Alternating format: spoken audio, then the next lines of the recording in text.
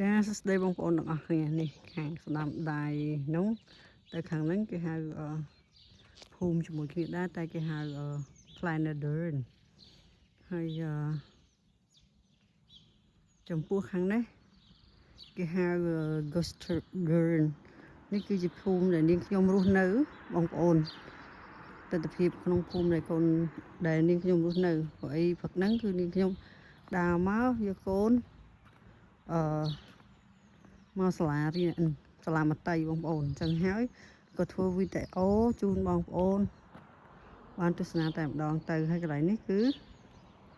កន្លែងស្ថានីយ៍ផលិតគីភ័យនៅក្នុងភូមិដែលនាងខ្ញុំរស់នៅនឹងឯងកន្លែងហ្នឹង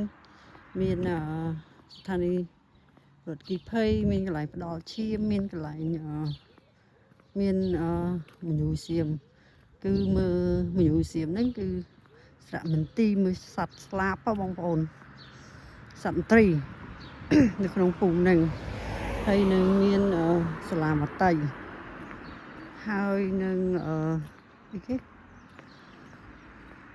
កន្លែងហាត់ប្រាណសាលគេហាត់ប្រាណណាបងប្អូន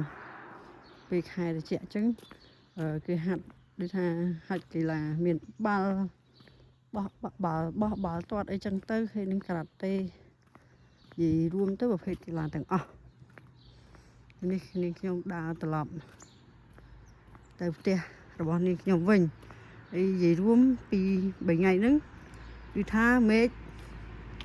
អត់ទៅល្អទេត្រជាក់ហើយភ្លៀងទៀតបើមកសល់មិញគឺភ្លៀង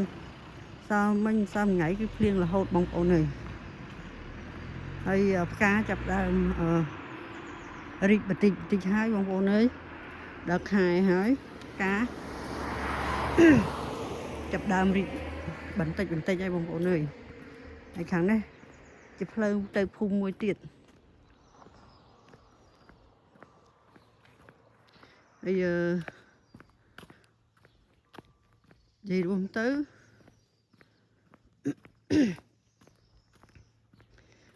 វាដល់រដូវផ្ការីកដល់រដូវស្លឹកឈើលាស់ហើយបងប្អូនតែវានៅតែមេឃវានៅត្រជាក់ហើយមានភ្លៀងហើយអាប់អួរចឹងឯងហើយអរគុណច្រើនបងប្អូនទាំងអស់គ្នាដែលតាមដានទស្សនាវីដេអូនិងចុច like share comment និង subscribe my YouTube channel ផងដែរជូនពរសុខភាពល្អសំណាងល្អទាំងអស់គ្នាកុំភ្លេចចុច like និងចុច subscribe ផងដែរបងប្អូននេះស្លឹកឈើលាស់ហើយចាប់ដើមលាស់ហើយនេះដើមលាស់តិចហើយ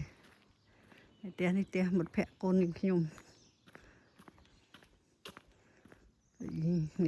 ដើរបដាធ្វើវីដេអូជូនបងប្អូនដើម្បីទស្សនាហើយឥឡូវហ្នឹងក៏សម្បូរសត្វស្លាបដែរអូមិត្តភក្តិកូនខ្ញុំទៅដែរ Hello Leo ថាកូនខ្ញុំលែនិយាយរួមទៅកូនខ្ញុំសាលានៅទីនេះគេចូលម៉ោង7ម៉ោង8សំទោសចូលរៀននៅម៉ោង8ប៉ុន្តែយើងអាចនិយាយថានៅសាលាមត្តេយ្យយើងអាចលេតបានអញ្ចឹងបងប្អូន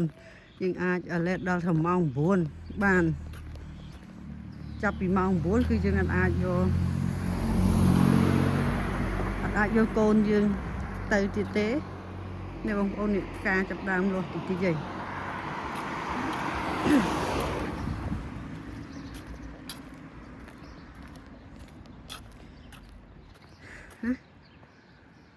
រៀងវែងតិចហើយអាចស្រាយផង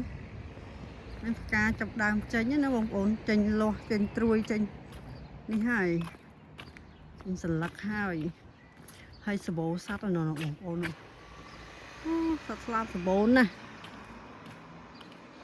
មកមែនតើហើយទៅដល់ខែនេះនឹងរត់តែសបោទៀតដល់ខែក្តៅរត់តែសបោ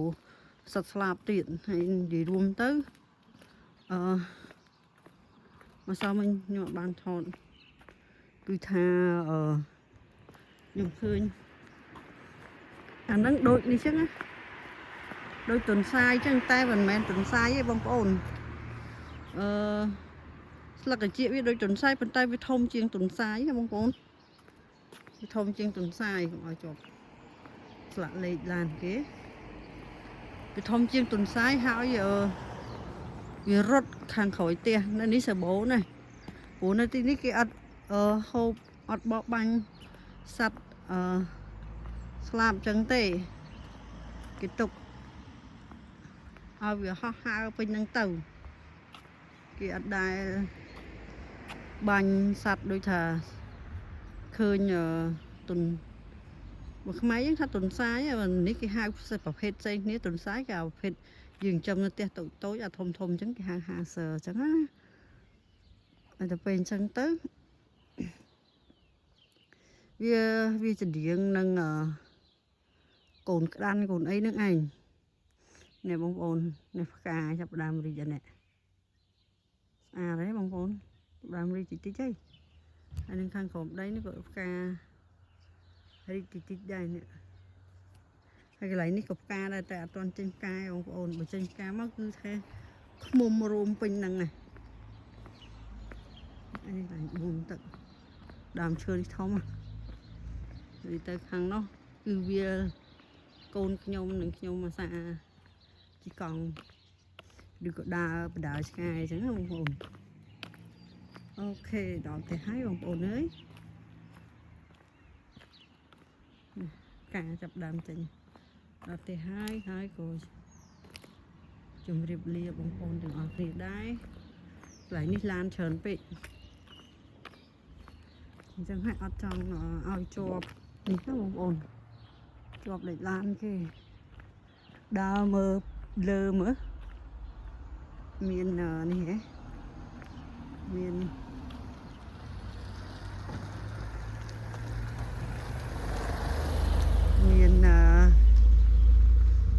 ចាបអត់